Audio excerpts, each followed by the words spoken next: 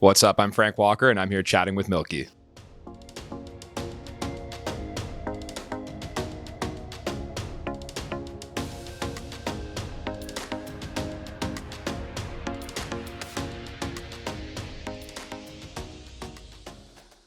My last single, I Go Dancing, featuring Ella Henderson, first single off my debut album, just came out last January, and it's doing incredibly. First met Ella 5 years ago. The pandemic started stuff off in Ibiza backstage at a Kygo show, and we've become friends, stayed friends since. And over the years, we've been trying to find the right track to work on, going back and forth together, and nothing really clicked. Then when I started working on the track for I Go Dancing, my management team reached out to her without me knowing, kind of, and got her on the track.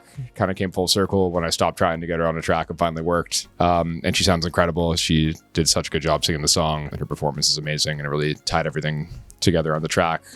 She delivers some pretty crazy emotion in the lyrics, and I think really drives the message home of the song. I feel like evolving as an artist over the time is a question that I don't really know how to answer. I feel like it's kind of, there's no real plan to it. And up to this point, obviously having an album, I know what I want directionally on the album. But I feel like when I first started producing music years ago, I didn't really know what I wanted to be as an artist. I was kind of producing music I like and having amazing writing sessions, but my sound would kind of jump around depending on what was hot at the time or what I was liking at the time. But for my first album, I've kind of gone back to my roots of what really got me into EDM. It's really heavily inspired by a lot of Avicii and Alessos, a lot of big room melodies. Then around Kygo a ton on tour, being part of the Palm Tree crew. So definitely a little bit of tropical influence in there, and then kind of layering in the style of vocal I like writing. So lots of good ballady lyrics have a lot of emotion and feeling into them. Kind of all being wrapped into that kind of bundle for the album. It's a really good question. I think what drew me most to EDM was I was in college back in Canada when Avicii and Swedish House Mafia and a bunch of those artists were really blowing up back in 2013, 2014. So I feel like for me it was a really fun, kind of carefree part of my life where I was trying to find out what I wanted to do. I was playing rugby in college. Our team really sucked. So I stopped playing a bunch of rugby and started DJing our house parties more. And that's kind of the music I first started DJing with back in the day. And I think that really stuck with me. I saw Avicii back in the concert, must have been 9 years ago now. And I remember being one of my first moments really experiencing EDM, and I'm like, wow, this is incredible. And I think it's just a good vibe, just lots of good emotions, lots of uplifting melodies, and it kind of melds well with the type of vocal I like to write or have work with for artists. Definitely depends song by song. Sometimes I'm going to write with artists. A lot of producers like coming in with instrumentals that fit their sound, which I don't mind doing. Some people like to write to an instrumental, but for me, I feel like it kind of can give the session too much direction. I kind of like going in with nothing, working with a singer and a songwriter, just sitting at the piano, playing chords, so you find what kind of everyone is vibing with in the moment.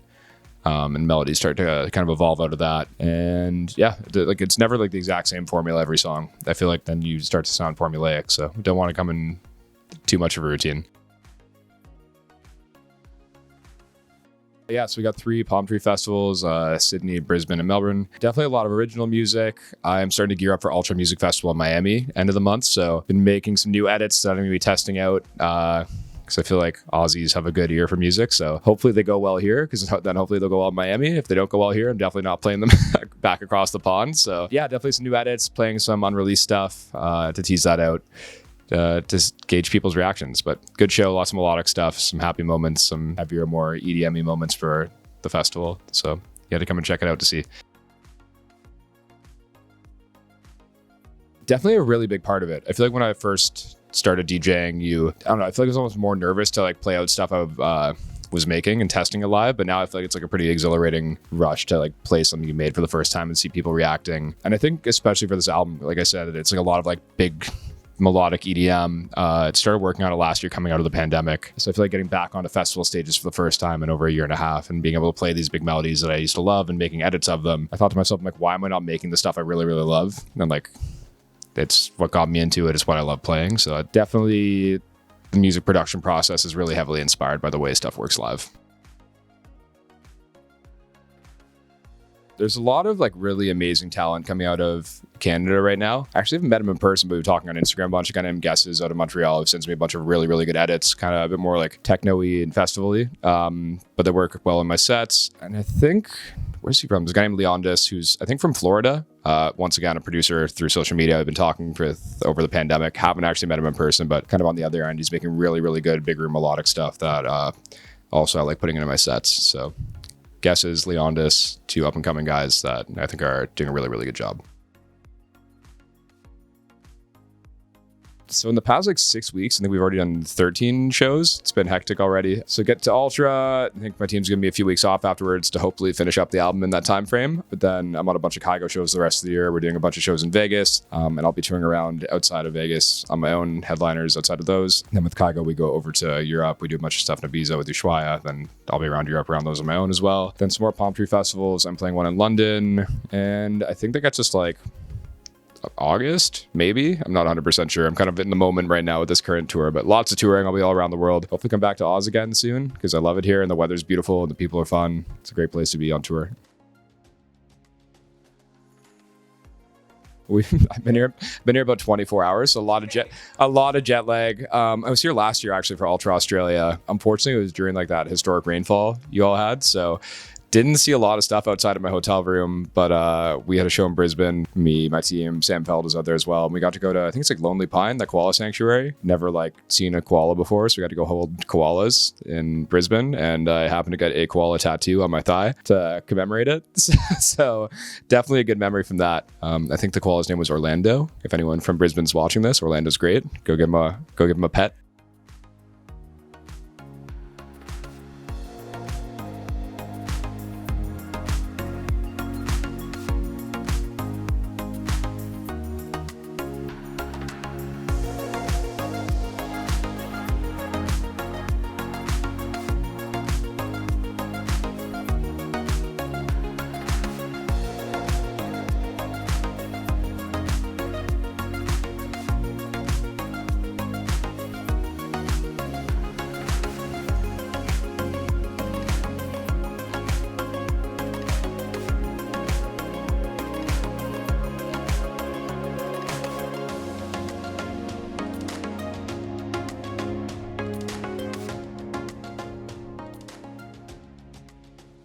Coldplay and Avicii. Probably also Coldplay, Dream Collab. That's a really good one. There's a lot of options here. I think just from being with Kygo so much, I've listened to a lot of his. I think like Golden Hour over the pandemic, I listened to a ton and kind of learned a lot about what I want to produce. So Golden Hour, Kygo. That's a really good one as well. I really like orchestral stuff, like maybe like Interstellar. Like I love what Hans Zimmer does. I feel like it's so cool, like being able to get so much emotion out of the music. Don't mess up. And what am I eating after the show?